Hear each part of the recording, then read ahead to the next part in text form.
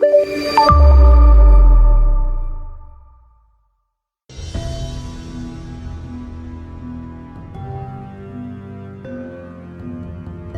Jawa pada masa itu bukan hanya hamparan sawah, hutan, dan gunung yang diam. Ia hidup, bergetar oleh bisik-bisik keajaiban yang tak mampu dijelaskan oleh akal biasa. Di pesantren-pesantren kecil, di pelabuhan yang ramai oleh pedagang asing, hingga di lereng gunung yang sunyi, satu kabar beredar dari mulut ke mulut, akan terjadi pertemuan dua kekuatan ruhani yang belum pernah disaksikan sebelumnya. Pertemuan yang bukan untuk kesombongan, tetapi akan menjadi pelajaran besar bagi manusia tentang hakikat karomah dan kehendak Allah. Nama Sunan Gunung Jati telah lama menjadi cahaya bagi masyarakat pesisir Cirebon. Dakwahnya lembut, langkahnya tenang, namun pengaruhnya menjalar jauh melampaui batas kerajaan. Ia dikenal bukan karena kesaktiannya, melainkan karena keteguhan iman dan kebijaksanaannya dalam menuntun manusia. Namun di balik ketenangan itu, masyarakat mengetahui bahwa beliau adalah wali besar, yang jika Allah berkehendak, alam pun tunduk pada doanya. Di waktu yang sama, dari arah barat, muncul sosok ulama pengembara yang menggetarkan, Syekh Maghribi. Datangnya membawa cerita-cerita yang membuat orang terdiam antara percaya dan ragu. Konon, di negeri-negeri jauh, ia pernah menyembuhkan penyakit yang tak terobati, menundukkan perompak tanpa senjata, bahkan membuat tanah tandus memancarkan mata air. Para pedagang yang pernah bersua dengannya bersumpah bahwa apa yang mereka lihat bukan sihir, melainkan karomah yang lahir dari kedekatan luar biasa kepada Sang Pencipta. Desas-desus itu tumbuh liar. Sebagian orang memujanya, sebagian lain meragukannya. Ada pula yang mulai membanding-bandingkan para wali, seakan karomah adalah perlombaan yang harus dimenangkan. Dari sinilah benih kegelisahan mulai tumbuh. Ketika manusia lebih sibuk mengagungkan keajaiban daripada memahami makna iman, maka fitnah pun perlahan mengintai. Gunung yang selama ini berdiri kokoh dan sunyi pun ikut disebut-sebut. Ada yang mengatakan, gunung itu akan menjadi saksi sebuah kejadian besar, sesuatu yang akan mengubah cara pandang manusia tentang kekuatan sejati. Cerita demi cerita saling bertabrakan, membesar, dan akhirnya sampai ke telinga para alim dan santri. Tanpa disadari, rasa penasaran manusia mendorong mereka untuk menunggu sebuah peristiwa luar biasa. Seolah iman baru bisa diteguhkan jika disertai keajaiban yang mengguncang bumi. Di tengah hiruk-pikuk kabar itu, Sunan Gunung Jati tetap melangkah dengan kesunyian. Beliau memahami satu hal yang sering dilupakan manusia. Karomah bukan untuk dipamerkan, dan para wali tidak pernah saling menantang.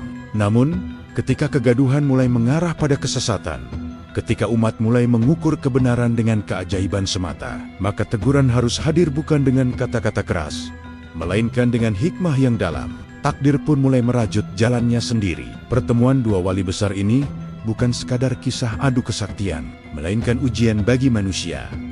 Apakah mereka mampu melihat bahwa sebesar apapun karomah, semuanya hanyalah bayangan kecil dari kekuasaan Allah, dan gunung yang diam itu, tanpa disadari siapapun, telah dipilih menjadi saksi dari pelajaran yang akan dikenang sepanjang zaman. Angin pesisir membawa kabar yang semakin jelas. Syekh Maghribi bukan lagi sekadar nama yang beredar dalam cerita para pedagang dan musafir. Ia benar-benar telah menjejakkan kaki di tanah Jawa. Kehadirannya tidak disertai rombongan besar, tidak pula pengumuman atau sambutan megah. Ia datang seperti angin malam tenang, dingin, namun meninggalkan getaran yang membuat siapapun yang merasakannya terdiam dalam keheranan. Di desa-desa yang dilewatinya, orang-orang menyaksikan perubahan yang sulit dijelaskan. Hati yang keras menjadi lunak, perselisihan lama mereda tanpa sebab yang jelas, dan kegelisahan batin seakan menemukan tempat untuk berlabuh. Tidak ada mantra, tidak ada pertunjukan keajaiban, yang ada hanyalah kehadiran seorang hamba yang hidupnya seakan selalu terhubung dengan langit. Dari sinilah cerita tentang karomahnya tumbuh semakin besar, bahkan melebihi kenyataan yang sesungguhnya. Namun, manusia selalu menambahkan bumbu pada setiap kisah. Dalam waktu singkat, cerita tentang Syekh Maghribi berkembang menjadi legenda yang melampaui nalar. Ada yang mengatakan tanah berguncang ketika ia berdoa, ada pula yang bersumpah melihat gunung seakan tunduk pada isyarat tangannya. Kebenaran bercampur dengan imajinasi, hingga batas di antara keduanya menjadi kabur. Bagi sebagian orang, Syekh Maghribi mulai dipandang bukan lagi sebagai wali pembimbing, melainkan sebagai simbol kekuatan yang harus dipuja. Kabar ini sampai ke pusat-pusat ilmu dan dakwah. Para santri mulai memperdebatkannya. Sebagian terpesona, sebagian resah. Mereka bertanya-tanya, apakah ini pertanda kebesaran iman, atau justru ujian yang akan menyeret manusia pada kekeliruan baru? Sebab sejarah telah mengajarkan bahwa kekaguman berlebihan seringkali melahirkan kesombongan terselubung, baik pada yang dikagumi maupun pada yang mengagungkan. Sementara itu, di Cirebon, Sunan Gunung Jati mendengar kabar tersebut dengan sikap yang jauh dari kegelisahan.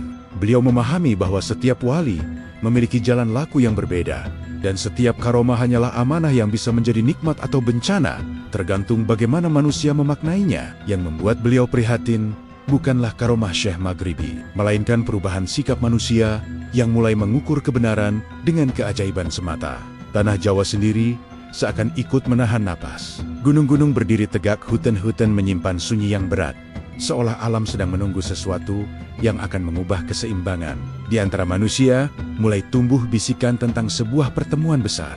Pertemuan dua wali yang diyakini akan menjadi jawaban atas segala keraguan dan perdebatan yang terus membesar. Namun takdir tidak pernah bergerak sesuai keinginan manusia. Apa yang akan terjadi bukanlah pertunjukan adu kesaktian, melainkan sebuah pelajaran yang akan menampar kesadaran banyak orang. Syekh Maghribi terus melangkah dalam pengembaraannya, dan Sunan Gunung Jati tetap menata umat dengan ketenangan. Tanpa mereka sadari, jalan keduanya perlahan mengarah pada satu titik yang sama, sebuah tempat di mana gunung, iman, dan niat manusia akan diuji secara bersamaan. Kegelisahan mulai merayap ke setiap sudut tanah Jawa, bukan karena ancaman perang atau wabah, melainkan karena lidah manusia yang tak pernah berhenti membandingkan karomah dengan karomah. Apa yang semula hanyalah kisah tentang seorang wali pengembara, perlahan berubah menjadi bisikan adu kekuatan yang tak pernah diniatkan oleh para pemiliknya.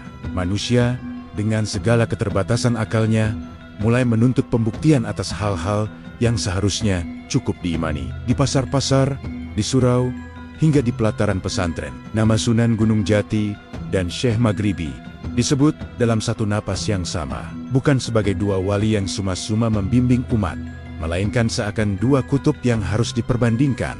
Siapa yang lebih besar karomahnya, siapa yang doanya lebih mustajab, dan siapa yang benar-benar dipilih oleh langit. Tanpa disadari, keimanan mulai digeser oleh rasa ingin menang dalam perdebatan. Gunung yang selama ini hanya menjadi penanda alam, kini berubah menjadi simbol. Ada yang mengatakan gunung itu akan tunduk pada wali tertentu.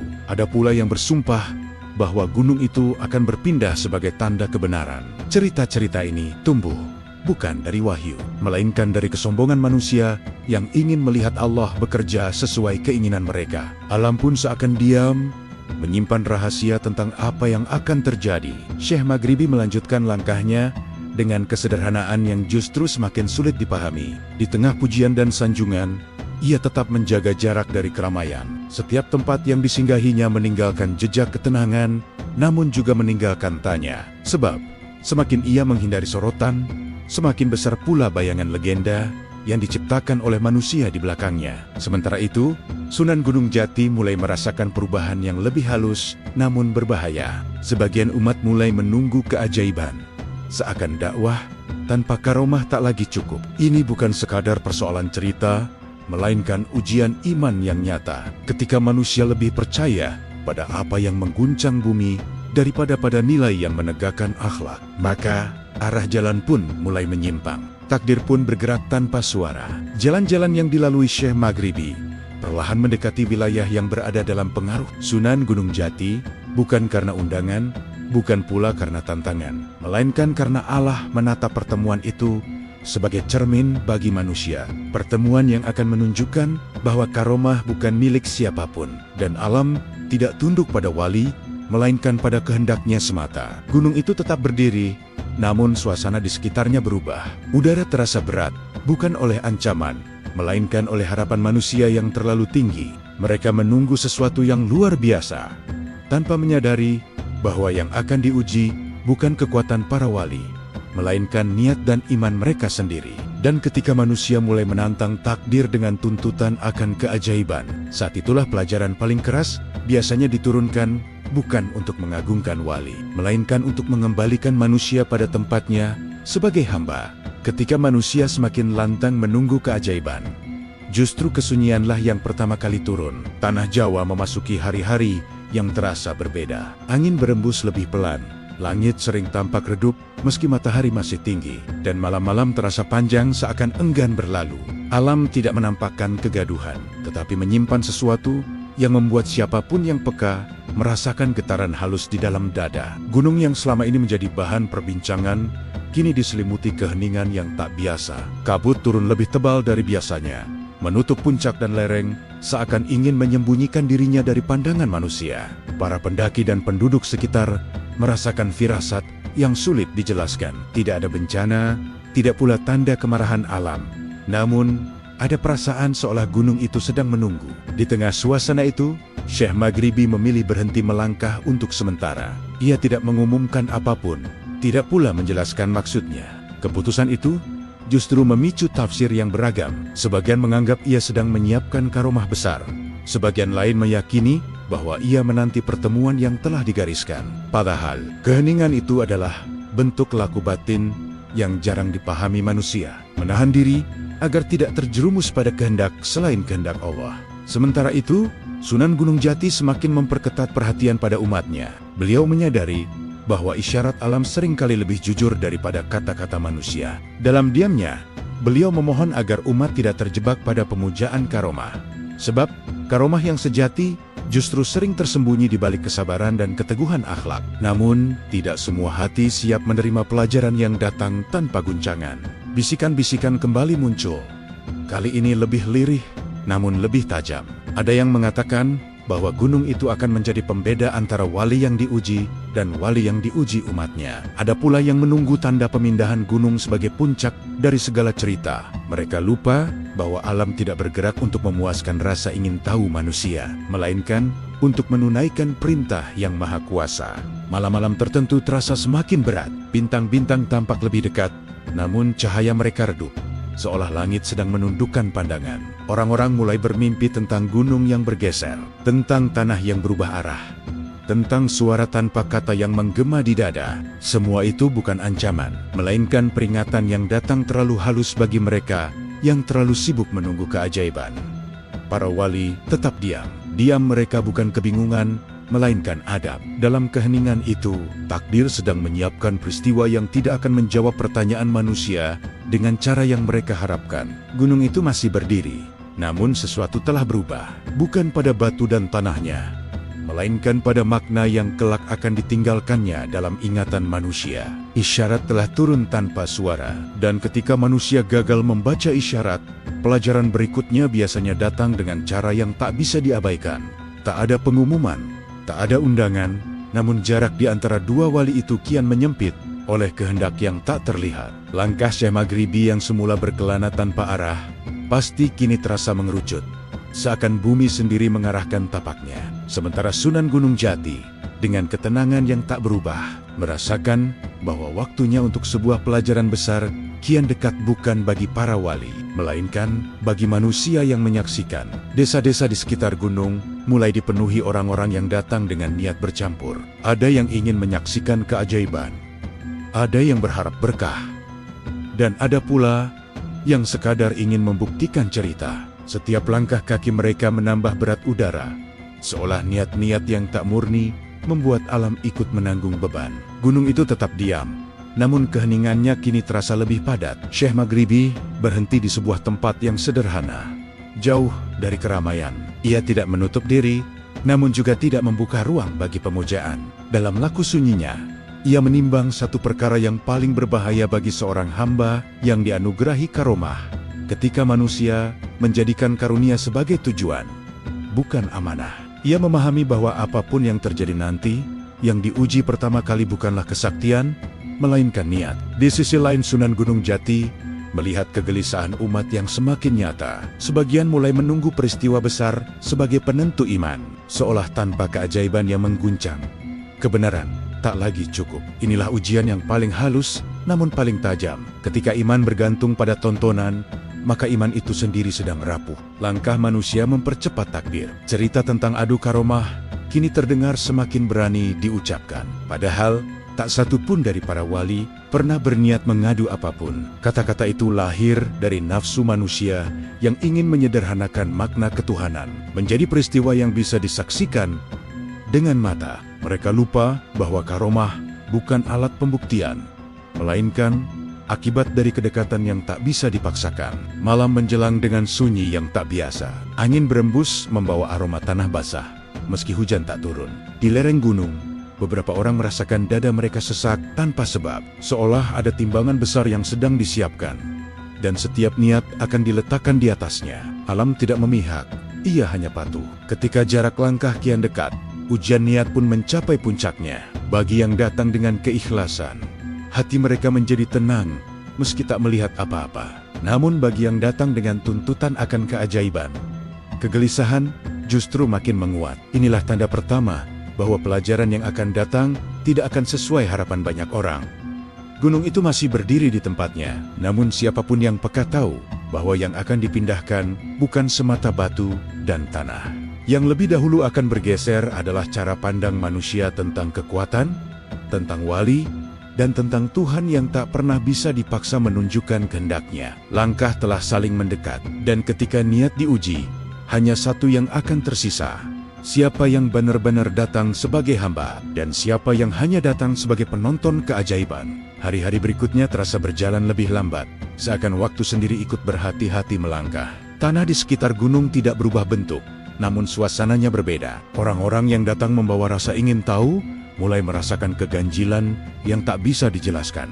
Bukan ketakutan, bukan pula kekaguman, melainkan perasaan seolah sedang berdiri di hadapan sesuatu yang lebih besar dari sekadar kisah adu karomah. Gunung itu kini bukan lagi sekadar latar cerita. Ia menjadi pusat perhatian, pusat harapan, sekaligus pusat kegelisahan.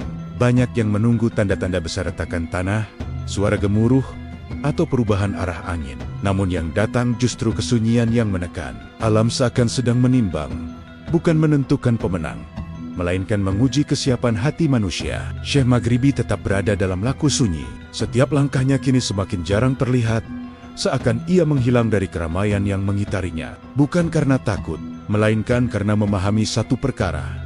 Semakin banyak mata yang menuntut keajaiban, semakin besar bahaya bagi iman mereka sendiri. Karomah yang sejati tidak pernah lahir dari tuntutan, melainkan dari kepasrahan. Sunan Gunung Jati pun merasakan getaran yang sama. Bukan pada tubuh, melainkan pada batin umat. Beliau melihat sebagian manusia mulai lelah, menunggu sesuatu yang luar biasa. Sebagian lain justru semakin berambisi, seakan gunung harus bergerak demi memuaskan keyakinan mereka. Inilah saat ketika timbangan langit mulai bergerak bukan untuk menilai para wali, melainkan untuk mengukur kedewasaan iman manusia. Malam-malam di sekitar gunung semakin sunyi. Suara binatang jarang terdengar, angin berhembus tanpa arah yang jelas. Mereka yang bermalam di lereng gunung merasakan tidur yang gelisah. Mimpi-mimpi tentang tanah yang bergeser dan langit yang menunduk. Tidak ada pesan yang jelas, hanya perasaan bahwa sesuatu sedang dipersiapkan di luar jangkauan akal. Kabar tentang pertemuan dua wali besar semakin kuat. Meski tak pernah dikonfirmasi, manusia mulai membangun harapan sendiri, membayangkan peristiwa yang akan mereka ceritakan turun-temurun. Padahal, apa yang akan terjadi tidak pernah ditujukan untuk menjadi legenda tentang siapa paling sakti. Yang akan tercatat adalah pelajaran tentang siapa yang mampu merendahkan diri. Gunung itu tetap berdiri, namun kini terasa seperti cermin besar. Setiap orang yang menatapnya sebenarnya sedang menatap niatnya sendiri. Mereka yang datang dengan kesederhanaan merasakan ketenangan, meski tak melihat apa-apa. Sebaliknya, mereka yang datang dengan tuntutan justru merasakan kegelisahan yang semakin kuat, seolah hati mereka ditarik ke arah yang tak mereka pahami. Timbangan langit tidak pernah salah menilai. Ketika manusia terlalu sibuk mencari keajaiban, mereka lupa bahwa ujian terbesar sering datang dalam bentuk ketiadaan tanda. Dan di sanalah iman diuji paling dalam. Gunung itu belum bergerak, namun sesuatu telah mulai bergeser secara perlahan. Kesadaran manusia tentang siapa mereka sebenarnya di hadapan kehendak Allah. Semakin lama penantian itu berlangsung, semakin jelas bahwa yang paling dulu runtuh bukanlah gunung, melainkan hati manusia. Harapan akan keajaiban yang tak kunjung datang mulai berubah menjadi kegelisahan yang tak terucap. Di wajah-wajah mereka yang berkumpul di sekitar lereng gunung, terlihat kelelahan yang aneh, lelah menunggu sesuatu yang seharusnya tidak pernah dituntut. Sebagian orang mulai mempertanyakan cerita yang mereka dengar sendiri. Ada yang merasa tertipu oleh desas-desus. Ada pula yang justru semakin keras memaksakan keyakinannya. Dua kutub ini saling berhadapan tanpa sadar, menciptakan ketegangan yang lebih berbahaya daripada pertentangan terbuka. Sebab pertikaian batin seringkali lebih tajam daripada pertikaian fisik. Gunung itu masih berdiri, kokoh dan sunyi. Namun, di sekitarnya, suasana berubah. Percakapan tak lagi penuh kekaguman, melainkan diselimuti nada sinis dan curiga. Ada yang mulai bertanya dalam hati, mengapa para wali itu diam? Mengapa tak satu pun dari mereka menunjukkan karomah besar untuk menenangkan umat? Pertanyaan-pertanyaan ini tidak diucapkan lantang, tetapi tumbuh seperti retakan halus di dalam dada. Syekh Maghribi merasakan perubahan itu lebih cepat daripada siapapun. Bukan karena bisikan manusia, melainkan karena kegelisahan yang mengendap di udara. Ia memahami bahwa diamnya kini sedang disalahartikan. Namun ia juga tahu, menjawab tuntutan manusia dengan keajaiban justru akan menguatkan kesalahan mereka. Dalam sunyi, ia memilih tetap menjaga jarak, meski itu berarti membiarkan sebagian orang kecewa.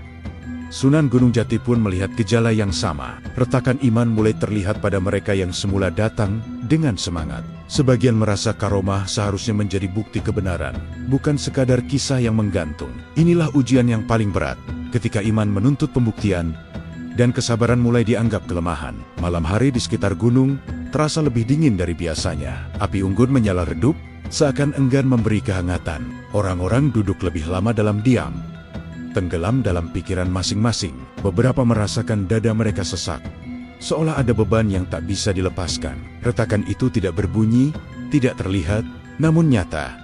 Alam tetap tenang, tidak ada gemuruh, tidak ada tanda kedahsyatan. Justru ketenangan inilah yang mempercepat keretakan batin. Manusia terbiasa mengaitkan keimanan dengan peristiwa besar. Ketika yang datang hanyalah sunyi, mereka kehilangan pegangan. Padahal, disitulah seharusnya iman diuji dan dimatangkan. Gunung itu seakan menjadi saksi bisu dari kegaduhan yang tak terlihat. Ia tidak bergerak, namun kehadirannya menekan. Seolah berkata bahwa yang perlu bergeser bukanlah dirinya, melainkan cara manusia memandang karomah dan kebenaran. Episode ini tidak ditandai oleh kejadian besar, tetapi oleh kesadaran yang mulai runtuh dan dibangun kembali. Retak di hati manusia inilah yang akan menentukan apa yang akan terjadi selanjutnya. Sebab, ketika iman goyah, pelajaran berikutnya biasanya datang dengan cara yang lebih tegas, bukan untuk memuaskan rasa ingin tahu, tetapi untuk mengembalikan manusia pada posisinya sebagai hamba. Dan di balik semua itu, takdir terus bergerak perlahan, mendekatkan semua pihak pada satu momen yang tak bisa dihindari. Peristiwa yang terjadi setelah adu karomah itu menyisakan gelombang panjang di tanah Jawa. Bukan sekadar cerita tentang kekuatan luar nalar, melainkan ujian batin bagi siapapun yang menyaksikan atau mendengar kabarnya. Gunung yang sebelumnya tegak tak bergeming, kini menyisakan bekas jejak. Seolah alam sendiri mengakui adanya kehendak ilahi yang bekerja melalui para wali. Tanah retak di beberapa tempat, aliran sungai berubah, dan arah angin seakan berbeda dari biasanya. Masyarakat yang hidup di lereng dan dataran rendah merasakan getaran itu bukan hanya di kaki, tetapi di dada rasa gentar bercampur takzim. Sunan Gunung Jati, yang dikenal dengan ketenangan dan kejernihan batinnya, tidak memaknai peristiwa tersebut sebagai kemenangan. Baginya, karomah hanyalah amanah yang sewaktu-waktu dapat dicabut jika hati terjerumus pada kesombongan. Ia memilih menyepi, memperbanyak tirakat dan doa, memohon agar kejadian besar itu tidak menjadi fitnah bagi iman umat. Sementara itu, nama Syekh Maghribi menyebar dari pesisir hingga pedalaman. Disebut sebagai sosok alim yang ilmunya dalam, yang datang dari jauh, membawa rahasia hikmah timur dan barat. Di tengah masyarakat, cerita berkembang liar. Ada yang mengagungkan, ada pula yang meragukan. Sebagian menganggap peristiwa itu sebagai tanda zaman, sebagian lain menudingnya sebagai sihir yang berbahaya. Para saudagar, petani dan nelayan membicarakannya di surau dan pasar. Setiap orang memiliki tafsir sendiri. Dan di sanalah ujian sebenarnya bermula. Apakah manusia akan semakin tunduk pada Tuhan, atau justru terpecah oleh prasangka? Para wali yang lain mengamati dengan saksama. Mereka memahami bahwa adu karomah bukanlah tujuan dakwah. Wali Songo telah lama sepakat bahwa kekuatan sejati terletak pada akhlak dan kesabaran, bukan pada keajaiban yang memukau mata. Namun, tak dapat dipungkiri, peristiwa itu telah membuka tabir bahwa tanah Jawa sedang berada di persimpangan besar. Arus kepercayaan lama masih kuat, sementara cahaya tauhid perlahan mencari celah di hati manusia. Gunung yang bergeser menjadi simbol bagi sebagian orang. Ia adalah bukti kebenaran para wali. Bagi yang lain, ia justru menjadi alasan untuk takut dan menjauh. Anak-anak kecil tumbuh dengan cerita itu sebagai dongeng malam, sementara para orang tua menjadikannya peringatan agar tidak bermain-main dengan kekuasaan Tuhan. Alam seakan berbicara, namun tidak semua telinga mampu mendengar maknanya. Sunan Gunung Jati memahami satu hal penting.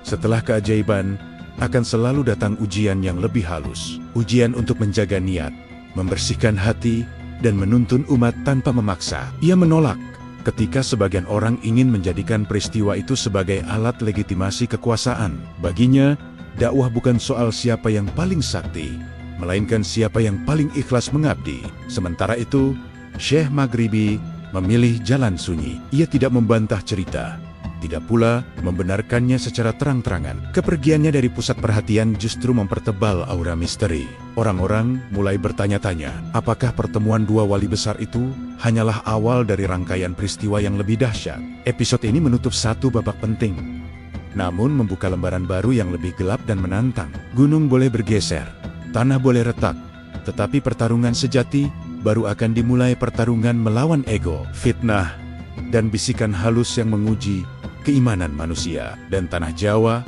dengan segala rahasianya, masih menyimpan takdir besar yang belum terungkap. Setelah peristiwa gunung yang bergeser itu, tanah Jawa tidak kembali tenang seperti sedia kala. Justru ketenangan semu menyelimuti banyak tempat, seakan alam menahan napas. Di balik keheningan itu, bisikan-bisikan mulai bekerja. Tidak terdengar jelas, namun perlahan meresap ke dalam pikiran manusia, mengaburkan niat dan memelintir makna dari kejadian besar yang telah terjadi. Sebagian orang mulai mengangkat kisah adu karomah itu sebagai ukuran kebenaran. Mereka tidak lagi bertanya tentang akhlak atau laku hidup, melainkan tentang siapa yang paling sakti dan paling ditakuti. Surau-surau kecil yang dulu dipenuhi zikir, kini sering diwarnai perdebatan. Bukan tentang bagaimana mendekatkan diri kepada Tuhan, melainkan tentang keajaiban siapa yang paling agung. Di sudut-sudut desa, ada pula yang mulai memanfaatkan cerita tersebut untuk kepentingan sendiri. Nama para wali disebat-sebat untuk menakut-nakuti, untuk menguatkan pengaruh, bahkan untuk membenarkan ambisi. Karomah yang sejatinya rahasia ilahi, perlahan berubah menjadi alat pembenaran hawa nafsu manusia. Dan disitulah bahaya sesungguhnya bermula. Sunan Gunung Jati merasakan beban itu semakin berat. Ia melihat bagaimana cahaya yang seharusnya menerangi justru menciptakan beang-beang panjang. Dalam perenungannya, ia memahami bahwa fitnah terbesar tidak selalu datang dalam bentuk penolakan, tetapi dalam bentuk pengagungan berlebihan. Ketika manusia lebih sibuk mengagumi keajaiban daripada meneladani ketundukan, saat itulah arah dakwah mulai melenceng. Syekh Maghribi yang memilih jalan sunyi juga tidak luput dari gelombang bisikan itu. Kepergiannya ditafsirkan bermacam-macam. Ada yang menyebutnya tanda kerendahan hati, ada pula yang menuduhnya menyembunyikan niat tertentu. Padahal, dalam kesunyian itulah ia menjaga dirinya agar tidak terperangkap dalam pujian yang menyesatkan. Ia tahu, semakin tinggi nama seseorang di lisan manusia, semakin berat ujian di sisi Tuhan. Alam kembali memberi tanda kecil yang hampir tak disadari. Burung-burung tertentu enggan hinggap di tempat yang biasa, dan malam terasa lebih panjang dari biasanya. Angin berembus membawa hawa dingin yang aneh, membuat dada terasa sesak tanpa sebab. Seakan-akan semesta ikut merasakan kegelisahan manusia yang mulai kehilangan arah. Para wali lainnya memahami bahwa fase ini lebih berbahaya daripada adu karomah. Jika sebelumnya yang diuji adalah kesabaran, kini yang diuji adalah keikhlasan. Mereka menyadari bahwa satu langkah keliru dapat membuat umat terjerumus dalam pengkultusan, sesuatu yang sangat bertentangan dengan tujuan tauhid. Episode ini tidak diwarnai keajaiban besar, namun dipenuhi pertarungan tak kasat mata. Pertarungan antara niat dan ambisi, antara cahaya dan bayangan. Tanah Jawa sedang berada di ambang pilihan. menjadikan karomah sebagai jalan mendekat kepada Tuhan, atau sebagai jebakan yang menjauhkan manusia darinya. Dan di balik semua bisikan itu, takdir terus menenun peristiwa berikutnya. Sebab ketika cahaya mulai kabur, biasanya Tuhan akan menurunkan pelajaran yang lebih terang, meski caranya seringkali mengguncang. Malam itu, langit di atas tanah Jawa terasa berbeda. Bukan gelap yang menenangkan, melainkan pekat yang menekan dada. Awan bergerak lambat, namun berat, seolah membawa pesan yang belum ingin dijatuhkan. Angin berhembus tanpa arah yang jelas, membuat dedaunan berdesir seperti bisikan panjang yang tak kunjung selesai. Alam tidak marah, tetapi jelas sedang mengingatkan. Beberapa wilayah merasakan hujan yang turun tiba-tiba, lalu berhenti seketika. Sungai-sungai kecil meluap sebentar, hanya untuk kembali surut tanpa sebab yang dapat dijelaskan. Tidak ada bencana besar, namun cukup untuk membuat orang-orang terjaga di malam hari. Mereka merasa seakan diawasi oleh sesuatu yang lebih besar dari nalar manusia. Ketakutan itu bukan karena kerusakan, melainkan karena ketidakpastian. Sunan Gunung Jati memahami makna peringatan ini. Dalam kesunyiannya, ia merenungi bagaimana umat mulai terpecah oleh cerita dan tafsir. Keajaiban yang seharusnya menguatkan iman justru menjadi sumber kebingungan. Ia merasakan bahwa tugas para wali bukan lagi sekadar membimbing, melainkan meluruskan arah yang mulai condong. Namun, meluruskan hati manusia jauh lebih sulit daripada memindahkan gunung. Syekh Maghribi, yang masih memilih jalan menjauh dari sorotan, juga merasakan getaran yang sama. Ia menyadari bahwa alam sedang menuntut keseimbangan. Ketika manusia terlalu sibuk memperdebatkan karomah, mereka lupa bahwa alam pun memiliki adab. Segala sesuatu yang bergerak di semesta ini tunduk pada kehendak ilahi, bukan pada keinginan manusia untuk melihat keajaiban. Di tengah masyarakat, kegelisahan semakin nyata. Orang-orang mulai mengaitkan peristiwa alam kecil itu dengan dosa dan kesalahan. Ada yang menuduh, ada yang merasa paling benar. Fitnah tumbuh subur di tanah yang seharusnya ditanami kebijaksanaan. Setiap tanda ditafsirkan sesuai ketakutan masing-masing, bukan dengan kerendahan hati. Para wali berkumpul dalam batin, meski tidak selalu dalam raga. Mereka memahami bahwa peringatan ini adalah panggilan untuk bertindak lebih bijak. Jika dibiarkan, kekaguman berlebihan bisa berubah menjadi perpecahan yang lebih besar. Alam sudah memberi sinyal, dan biasanya sinyal itu tidak datang dua kali dengan cara yang sama. Gunung yang sebelumnya menjadi pusat perhatian, kini kembali diam. Namun, keheningannya terasa berbeda, seolah-olah ia telah menyelesaikan tugasnya dan menunggu manusia mengambil pelajaran. Tanah, air, dan angin telah berbicara dengan caranya sendiri. Kini giliran manusia untuk menjawab, bukan dengan kata-kata, melainkan dengan sikap. Episode ini menjadi titik balik yang sunyi, namun tegas. Tidak ada keajaiban besar yang memukau mata, tetapi ada peringatan yang menusuk kesadaran. Jika umat tidak kembali pada niat yang lurus, maka pelajaran berikutnya mungkin tidak lagi selembut ini. Dan para wali memahami, saat Allah mulai mengingatkan, waktu untuk berbenah sudah semakin sempit. Peringatan alam yang datang sebelumnya tidak berlalu begitu saja. Ia meninggalkan jejak di batin manusia, seperti bayangan panjang yang mengikuti kemanapun melangkah. Tanah Jawa tampak tenang di permukaan, namun di dalamnya bergejolak kegelisahan yang belum menemukan jalan keluar. Inilah fase paling berbahaya, ketika kebingungan dibungkus dengan keyakinan semu. Di banyak tempat, orang-orang mulai menunggu langkah para wali.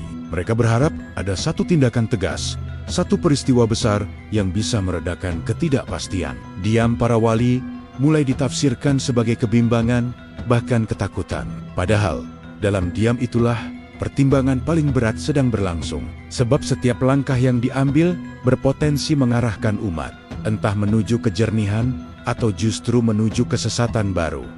Sunan Gunung Jati merasakan beban amanah itu semakin menekan. Ia memahami bahwa bertindak terlalu cepat dapat menguatkan pengkultusan. Sementara terlalu lama, diam bisa membuat umat kehilangan arah. Pilihan-pilihan ini tidak pernah sederhana. Dalam perenungannya, ia melihat bahwa ujian kali ini bukan soal kesaktian, melainkan soal keberanian menanggung salah paham demi menjaga kebenaran. Syekh Maghribi pun berada dalam pergulatan batin yang sama. Kesunyiannya yang panjang mulai memunculkan berbagai tafsir liar. Ada yang menganggapnya sengaja menghindar, ada pula yang mengaitkannya dengan niat tersembunyi. Namun bagi dirinya, menjauh dari sorotan adalah cara untuk menjaga kemurnian niat. Ia menyadari bahwa Sekali seseorang berbicara dalam situasi seperti ini, ucapannya akan dibawa kemana-mana, dipelintir, dan dijadikan alat oleh mereka yang haus pengaruh.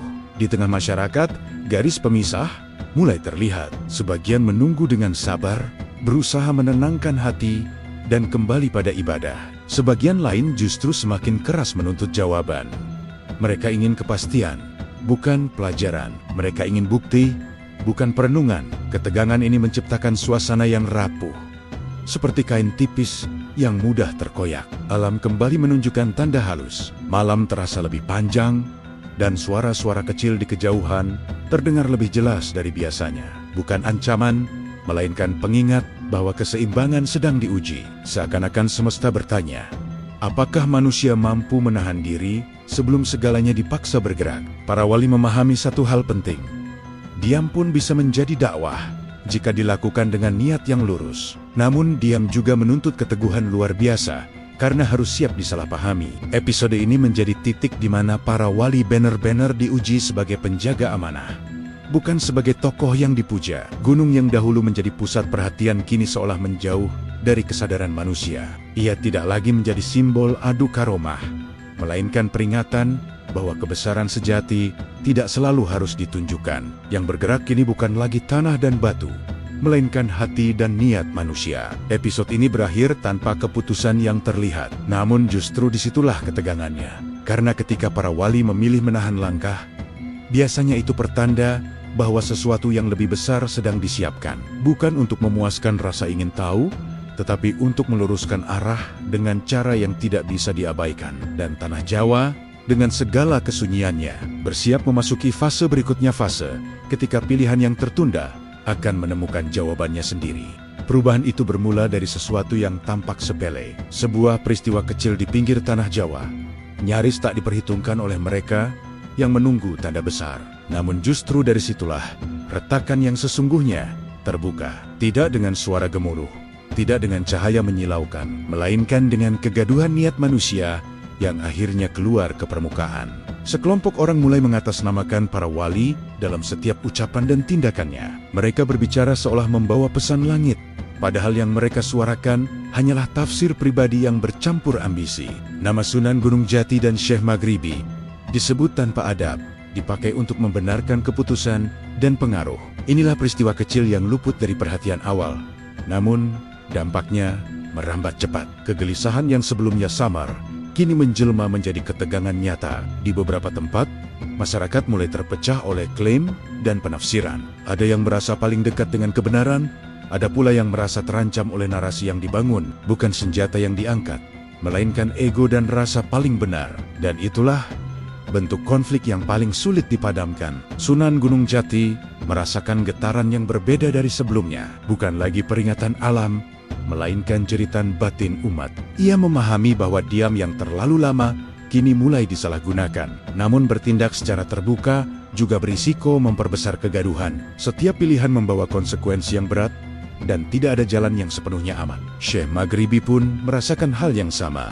Kesunyiannya yang selama ini menjadi perisai, kini justru dimanfaatkan oleh mereka yang ingin berbicara atas namanya. Ia menyadari bahwa menjauh tidak lagi cukup untuk menjaga kemurnian niat. Ada saat ketika menahan diri berarti membiarkan kebingungan tumbuh liar. Alam kembali merespons, namun dengan cara yang lebih halus dari sebelumnya. Angin berembus kencang sesaat, lalu berhenti mendadak. Langit tampak mendung tanpa hujan. Suasana terasa menggantung, seperti menunggu keputusan yang belum diucapkan. Semesta seolah ikut menahan napas, menyaksikan manusia berhadapan dengan pilihannya sendiri.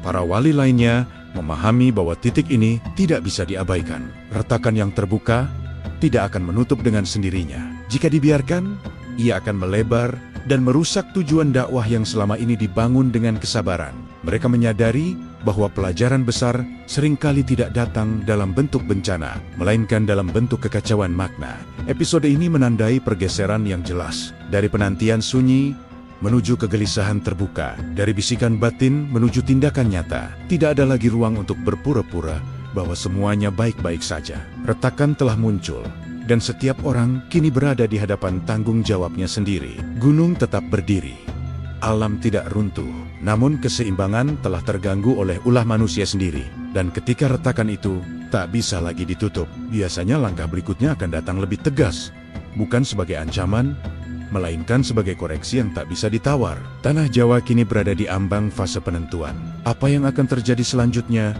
tidak lagi bergantung pada keajaiban, melainkan pada keberanian untuk meluruskan niat sebelum semuanya terlambat. Keputusan itu akhirnya diambil, bukan dengan gegap gempita, melainkan dengan kesadaran yang berat. Setelah retakan terbuka dan kegaduhan makna tak lagi bisa dibendung, para wali memahami bahwa menunda lebih lama hanya akan memperlebar jurang, bukan karena mereka ingin membuktikan sesuatu, melainkan karena amanah tidak boleh dibiarkan dipelintir oleh kepentingan manusia. Langkah pertama terasa sederhana, namun dampaknya menjalar luas. Arah dakwah diperjelas, bukan melalui keajaiban, melainkan melalui penegasan sikap. Pesan tentang adab, kerendahan hati, dan tujuan karomah mulai disampaikan dengan lebih tegas. Tidak ada pengukuhan siapa yang paling tinggi. Tidak ada pengakuan atas klaim-klaim sepihak. Justru penolakan terhadap pengkultusan ditegakkan sebagai pagar yang jelas. Sunan Gunung Jati memahami bahwa langkah ini akan menimbulkan reaksi. Dan benar saja, sebagian orang merasa kecewa. Mereka yang menunggu peristiwa besar merasa harapan mereka dipatahkan. Namun, ada pula yang mulai melihat dengan jernih, menyadari bahwa selama ini mereka terseret oleh rasa ingin tahu yang berlebihan. Konsekuensi dari keputusan ini tidak seragam, dan itulah yang membuatnya tak bisa ditarik kembali. Syekh Maghribi pun memilih keluar dari kesunyian dengan cara yang paling terukur.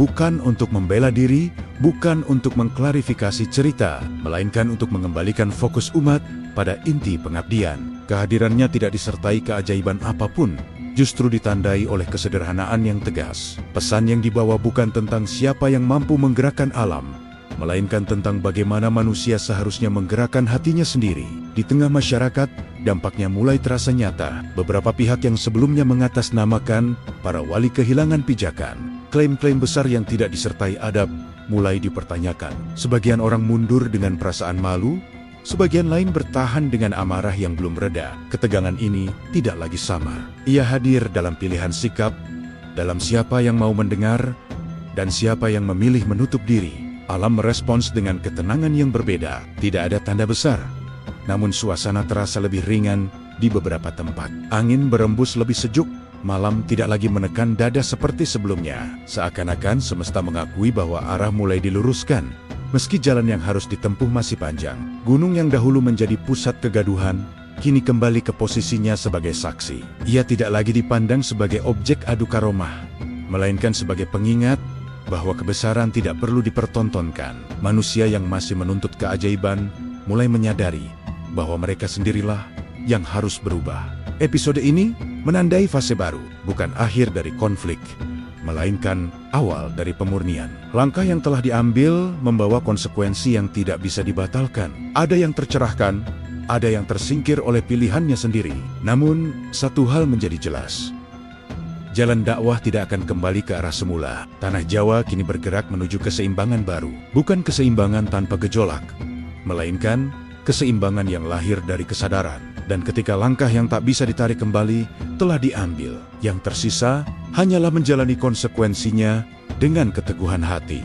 Setelah langkah-langkah besar diambil dan arah mulai diluruskan, Tanah Jawa memasuki fase yang paling sunyi. Tidak ada kegaduhan, tidak pula perdebatan terbuka. Justru keheningan inilah yang terasa paling berat, karena setiap orang kini berhadapan langsung dengan dirinya sendiri. Tidak ada lagi figur untuk disalahkan, tidak ada keajaiban untuk ditunggu. Yang tersisa hanyalah niat dan pilihan. Masyarakat yang sebelumnya terbelah mulai menempati posisinya masing-masing. Sebagian menerima dengan lapang dada, kembali pada laku sederhana dan ibadah yang tenang. Sebagian lain memilih menjauh, membawa kekecewaan yang perlahan memudar. Tidak ada paksaan, tidak ada penghakiman. Setiap orang menanggung hasil dari sikapnya sendiri. Sunan Gunung Jati merasakan keheningan ini sebagai ujian terakhir. Bukan ujian kesabaran, melainkan ujian keikhlasan. Ketika kegaduhan reda, seringkali muncul godaan paling halus, rasa puas, rasa bahwa tugas telah selesai. Namun beliau memahami, selama masih ada satu hati yang tersesat oleh pengkultusan, amanah belum sepenuhnya tertunaikan. Syekh Maghribi pun berada dalam keadaan yang sama. Kesunyiannya kini berbeda dari sebelumnya, bukan lagi menjauh untuk menghindari pujian, melainkan bertahan dalam kesederhanaan, agar tidak terjebak merasa telah berjasa. Ia memahami bahwa keberhasilan dakwah bukan diukur dari meredanya konflik, melainkan dari lurusnya niat baik pada diri sendiri maupun pada umat. Alam turut memasuki fase tenang. Tidak ada tanda-tanda ganjil. Tidak ada peristiwa yang bisa ditafsirkan macam-macam. Langit cerah, angin berhembus sewajarnya, dan gunung berdiri tanpa aura, menekan seperti sebelumnya. Seakan-akan semesta memberi ruang bagi manusia untuk bernapas dan merenung, tanpa gangguan dan tanpa peringatan keras. Namun justru disinilah ujian paling menentukan bekerja. Tanpa tekanan, tanpa ancaman, manusia diuji apakah mereka benar-benar memahami pelajaran yang telah lewat. Apakah mereka kembali pada Tuhan, atau sekadar berhenti menuntut karena lelah. Keheningan tidak selalu berarti damai. Terkadang ia adalah cermin paling jujur. Para wali memahami bahwa tidak semua orang akan sampai pada pemahaman yang sama, dan itu bukan kegagalan. Hidayah tidak bisa dipaksakan, sebagaimana karomah tidak bisa diminta. Tugas mereka hanyalah menjaga arah, bukan memastikan hasil. Kesadaran inilah yang membebaskan mereka dari beban yang tak seharusnya dipikul. Gunung yang dulu menjadi pusat perhatian, kini benar-benar kembali menjadi bagian dari alam. Tidak dipuja, tidak ditakuti. Ia berdiri sebagai saksi bisu dari perjalanan batin manusia, dari tuntutan menuju penerimaan, dari kegaduhan menuju keheningan. Episode ini tidak ditutup dengan kejadian besar, melainkan dengan ketenangan yang dalam. Sebab sebelum sebuah kisah benar-benar berakhir, selalu ada satu fase sunyi untuk memastikan bahwa pelajaran telah meresap. Dan ketika keheningan itu dilewati dengan jujur, penutup yang sesungguhnya pun siap diturunkan. Tanah Jawa kini berada di ambang akhir dari rangkaian ujian ini. Yang tersisa hanyalah satu pertanyaan sederhana namun berat. Apakah manusia telah belajar atau hanya menunggu kisah berikutnya? Setiap kisah besar pada akhirnya harus kembali ke tempat ia bermula. Begitu pula rangkaian peristiwa di Tanah Jawa yang telah mengguncang banyak hati. Setelah keheningan panjang yang menentukan, manusia mulai memahami bahwa apa yang mereka saksikan bukanlah tentang siapa yang paling sakti, bukan pula tentang siapa yang paling layak diagungkan. Semua itu hanyalah jalan untuk mengantarkan satu pelajaran. Amanah selalu kembali kepada Tuhan. Gunung yang pernah menjadi pusat perhatian kini berdiri seperti sedia kala. Tidak ada lagi bisikan tentang adu karomah, tidak ada tuntutan akan keajaiban. Alam telah menjalankan perannya, dan manusia perlahan belajar menempatkan dirinya kembali sebagai hamba. Mereka yang datang dengan niat tulus merasakan keteduhan, sementara yang datang dengan tuntutan pulang membawa pelajaran yang tak selalu menyenangkan, namun perlu. Sunan Gunung Jati menutup perjalanan ini dengan kesadaran yang utuh. Beliau memahami bahwa tugas seorang wali bukanlah meninggalkan jejak keajaiban, melainkan meninggalkan arah yang menunjuk pada ketundukan, pada adab, dan pada kesederhanaan dalam beriman. Jika umat kembali sibuk mengagungkan karomah, maka pelajaran sebesar apapun akan kehilangan maknanya. Syekh Maghribi pun melanjutkan langkahnya tanpa meninggalkan klaim apapun. Namanya mungkin tetap hidup dalam cerita, namun laku hidupnya tetap memilih sunyi. Ia memahami bahwa karomah sejati bukanlah memindahkan gunung, melainkan menjaga hati agar tidak tergeser oleh pujian. Dalam kesederhanaan itulah amanah dijaga, jauh dari sorotan dan pengkultusan. Masyarakat Tanah Jawa perlahan kembali pada kehidupan sehari-hari. Surau kembali dipenuhi zikir yang tenang, ladang digarap dengan kesabaran, dan cerita tentang peristiwa besar itu mulai disampaikan dengan nada yang lebih dewasa. Tidak lagi sebagai ajang kekaguman berlebihan, melainkan sebagai pengingat agar iman tidak digantungkan pada tontonan. Alam pun kembali sepenuhnya pada keseimbangannya. Tidak ada tanda-tanda aneh, tidak ada peringatan keras. Seakan-akan semesta telah menyelesaikan tugasnya dan menyerahkan kelanjutan perjalanan kepada manusia. Dalam ketenangan itu, pelajaran terasa lebih jelas. Kebesaran Tuhan tidak pernah membutuhkan pembuktian, dan karomah tidak pernah menjadi tujuan. Penutup kisah ini bukanlah tentang kemenangan atau kekalahan. Tidak ada pihak yang ditinggikan, tidak ada yang direndahkan. Yang ada hanyalah pengembalian segala urusan kepada Yang Maha Mengatur. Ketika manusia berhenti menuntut, disitulah iman menemukan tempatnya yang paling kokoh.